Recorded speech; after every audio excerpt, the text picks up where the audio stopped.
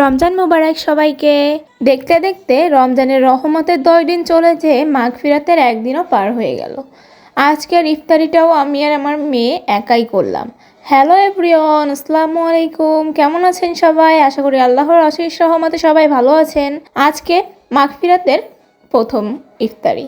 আজকের ইফতারিটাও আমরা একাই করলাম, কারণ তোমাদের ভাই আজকে বাইরে গেছিল। প্রথমে তো ভাবছিলাম যে কিছুই করব না, শুধু একটু পানি দিয়ে ইফতারি করব, কিন্তু তারপরে ভাবলাম সারাটা দিন এত কষ্ট করে রোজা রাখছি, ইফতারি যদি একটু নাই করি হয়।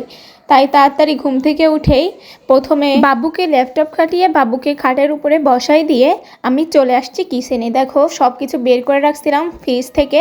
পেঁয়াজি বানাবো, বেগুন চপ বানাবো, এই জন্য ব্যাটারটা কিন্তু বানাবো না কিছুই, এই জন্য আবার একটা পাত্রে তুলে ফ্রিজে রেখে দিচ্ছি। ফ্রিজে রেখে দিয়ে আমি একটা বাটি নিয়ে ছুলা বের করতে চলে আসছি। ছুলা আমার আগে থেকে রান্না করা ছিল, এবার ছুলাটা বের করে নিয়ে গিয়ে জাল করে আজকে ছুলা ভুনাটাই খাবো।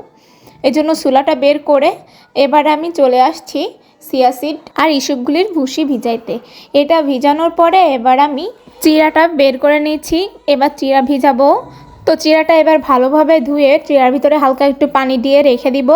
এবার আমি ফলগুলো ধুয়ে নিব ভালোভাবে।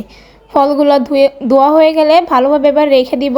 এবার আমি বেগুন চপটা ভালোভাবে ভেজে নিচ্ছি, কারণ এবার আজকে শুধু বেগুনই বানাবো। তো বেগুন চপটা দেখো কি সুন্দর ফুলতেছে। বেগুন চপটা বানানো হয়ে গেলে এবার আমি একটা পাত্রে রেখে আগে থেকে ধুয়ে রাখা সব ফলগুলো এবার কেটে নিচ্ছি। ফলগুলো কাটার পরে ঝালমুড়ির ভিতরে দেওয়ার জন্য ধনেপাতা, মরিচ, পেঁয়াজ এগুলো সব কিছু কেটে নিচ্ছি। এবার দেখো আমার সব কিছু কমপ্লিট, আমি ইফতারি নিয়ে বসে গেছি। আমার ইফতারিতে আজকে রয়েছে ইসুপগুলির শরবত, আখের রস, বেগুন চপ, মিষ্টি, চিড়া ভিজা আর ছোলা ভুনা। তো আমাদের এই ইফতারি নিয়ে মা মেয়ে ইফতারির টাইম হওয়ার জন্য ইফতারির সামনে নিয়ে বসে আছি।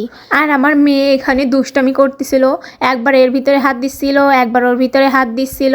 সে নানান দুষ্টামি, ওর দুষ্টামি থামাইতে থামাইতে এদিকতে ইফতারির টাইম হয়ে গেছে।